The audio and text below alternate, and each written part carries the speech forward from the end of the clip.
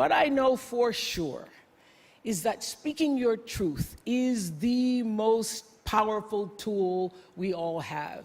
Oh, hi. She should wait until 2024. No, we used to tell celebrities to stick to acting or singing or writing and stay out of politics, and now we're encouraging them to be completely inside of politics. It's like some creepy, weird human centipede turducken monstrosity. I probably should not give the Germans any ideas. If you have not seen the speech that Oprah Winfrey gave at the Golden Globes this past weekend, I definitely recommend it. It did something that I didn't think was even possible.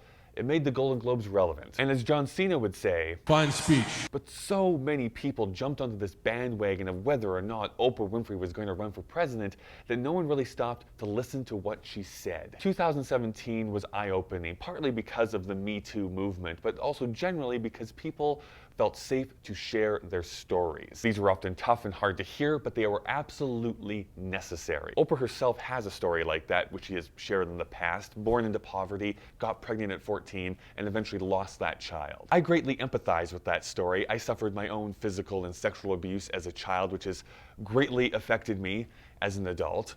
But I found that by talking about it, both with therapists and friends, to be absolutely beneficial to my mental health. These topics are heavy, they're emotional, but they're absolutely necessary.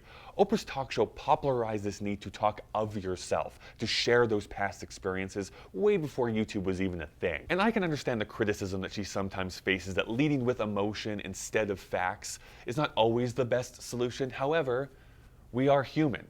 There's been recent research that has shown that we make decisions based on emotion, not logic. And the emotion that I felt from that speech, especially the energy that was coming from the room, was that this is a turning point in our society, that no longer will we tolerate the oppressive masculinity that permeates almost every sector.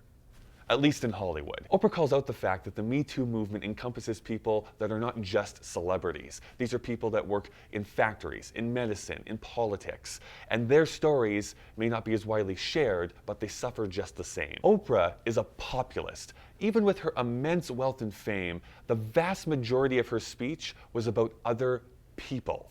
She took the time to mention the people that influenced her when she was young, the forgotten social changers, and the unnamed heroes. And that's what brings us back to the presidency. As much as I would love a new car, it could just as easily be bees. That's an internet meme deep cut for those of you playing the home game. Oprah accepted this award at the perfect time. She was able to represent the first Black woman to ever receive the Cecil B. DeMille Award. She was able to speak to the issues that Hollywood has had over the last year, talk about the struggles that she herself and others have faced, and also talk about the glorious future. That's presidential. And yet I think if she does choose to go that route, it somewhat diminishes the power of this speech. If this is nothing more than a launching pad to her political career, it feels gross that she used our emotions to further her power. Whoopi Goldberg has this really great story about when she was a young girl watching Star Trek and Nichelle Nichols comes on, and she's just absolutely amazed that there is this character that is not a slave or a housekeeper. That's the power of representation, and that's what can change the world. Oprah states in her speech that she hopes that her being on stage can inspire the younger people to understand that the older power structures are dying, that your dreams really are possible. And while the most cynical of us can grumble that that's just hippy-dippy talk, at least at this moment, it's true. At least I feel it is. And now I shall release the bees. However, I'm much more interested to know what you think. What was your reaction to the speech? Who has been your biggest influence? What act from another person changed your life forever? Let me know down in the comments below. Thanks so much for watching. My name is Kyle. I upload videos every Monday and Thursday. You've probably seen a YouTube video before, so you know all about the liking, commenting, and subscribing. If you want to help support me even further, you can start by as low as $1 over on my Patreon page. It definitely helps out a lot. Dr. Phil is going to make the worst Secretary of the Interior ever.